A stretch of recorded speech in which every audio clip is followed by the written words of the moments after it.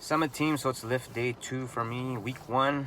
I look back at my notes and I noticed that I'm going to keep everything the same for the official start, which is this week. I was doing it last week just to give a little test run. The only difference was the squats I felt were relatively easy, so I'm going to bump it up by a few pounds. I was doing it at a 115, so I'll do it to a 125. So I'll do 40 and 40 aside. Last week I did 35 aside plus the bar, 45, which made it 115. So going up by 10 pounds. As you notice, my lift day 2 is actually day 3 in the manual, which is legs centric. The reason why is day 1 is focused on shoulders, and as I told you, I have a shoulder injury, so I'd rather do legs in between day 1 and the day 2 from the manual. Day 2 in the manual is the pull-ups and bench and all that, so it can affect the shoulders. So I put my leg day in there instead, which is day 3 in the manual, which is day 2 for me. I hope that makes sense. So you can organize the workouts the way you want. That will be conducive to you, right? It's kind of just an example in the manual, but the way you approach it is up to you. All right, so rainy day here, but no excuses. I still park in the furthest spot in the lot to get my steps in. There's really no excuse. That's what I would suggest. If you want to get your steps in, park in the furthest spot. If you take transit, get off a stop earlier. You know, that's how you just build upon it. It doesn't happen overnight. Instead of trying to cram everything in one shot at the end of the day, just do it in parts of your day, right? After lunch, go take a walk for 10 minutes. You know, that's how you build it, right? It's not, everyone thinks it's just go A to B. No, there's little steps in between to get you there. So that's how I do it, right? So have a good day, guys, and I'll just show you where I am. See, furthest spot in the lot, no excuses. So you guys just got to do the same thing. All right, check back in a sec. Leg day. It's love and hate for this exercise, the squat. It's the most mentally fatiguing for me because there's so much technique involved. You got to breathe and brace properly, spread your knees out, make sure your feet are also pointed out. You don't want to bend too far forward, you don't want to be too upright. There's just so many nuances with this technique, so I really got to be focused.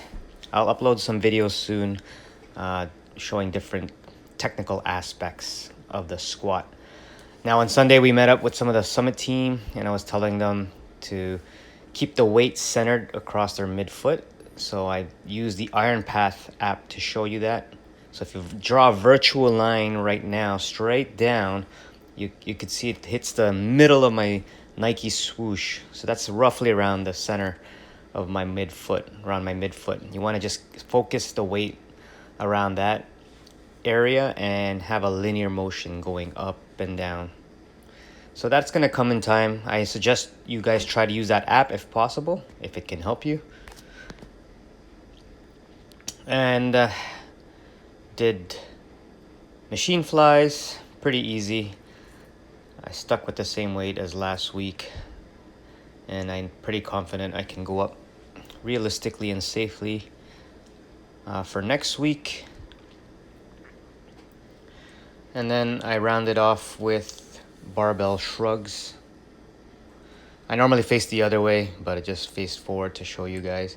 So ladies, again, if you do not want to do this exercise because you don't want a big bulky neck, then you could elect to do something else like hip thrusts, split squats, work on your arms, whatever you want. Just pick and choose what works for you. All right, that's it. So week 1, lift day 2 completed. So this video is a few hours after. I worked out around 10 a.m. It's now 20 to 5. So it was really raining hard earlier. Now it's scorching hot. Crazy Canadian weather. But I can't control that. But we can control what? We can control how much we eat, and we can control how we exercise. And today was a good day. I wrote all my notes down from last week, reviewed them before going into the gym, and smashed it. So you see my log, it was actually pretty quick because I found the lifts, like many of you are, it's not too bad. So I was supersetting a lot. Supersetting means just doing one exercise after the other. So I was doing like squats, and then I did chest flies. I was just kind of going back and forth. So instead of having a rest break, I would just do another exercise, and then the same thing with the hamstring curls and shrugs. So that's why I was able to be done really fast.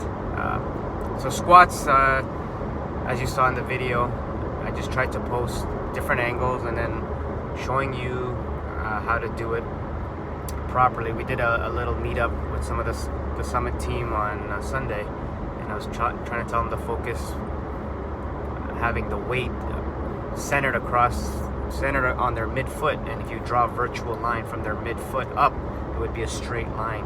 So that's why I demonstrated that with the video and using the Iron Path app to show you the linear motion. And you want to strive for that, right? It's not going to happen right away, but as long as you keep working on it with consistency, it's going to get there. Okay, so I'm off to eat first meal. Been running around all day, but that's the beauty of fasting. Don't have to worry about eating. It doesn't bother me. But I do want to get my protein in.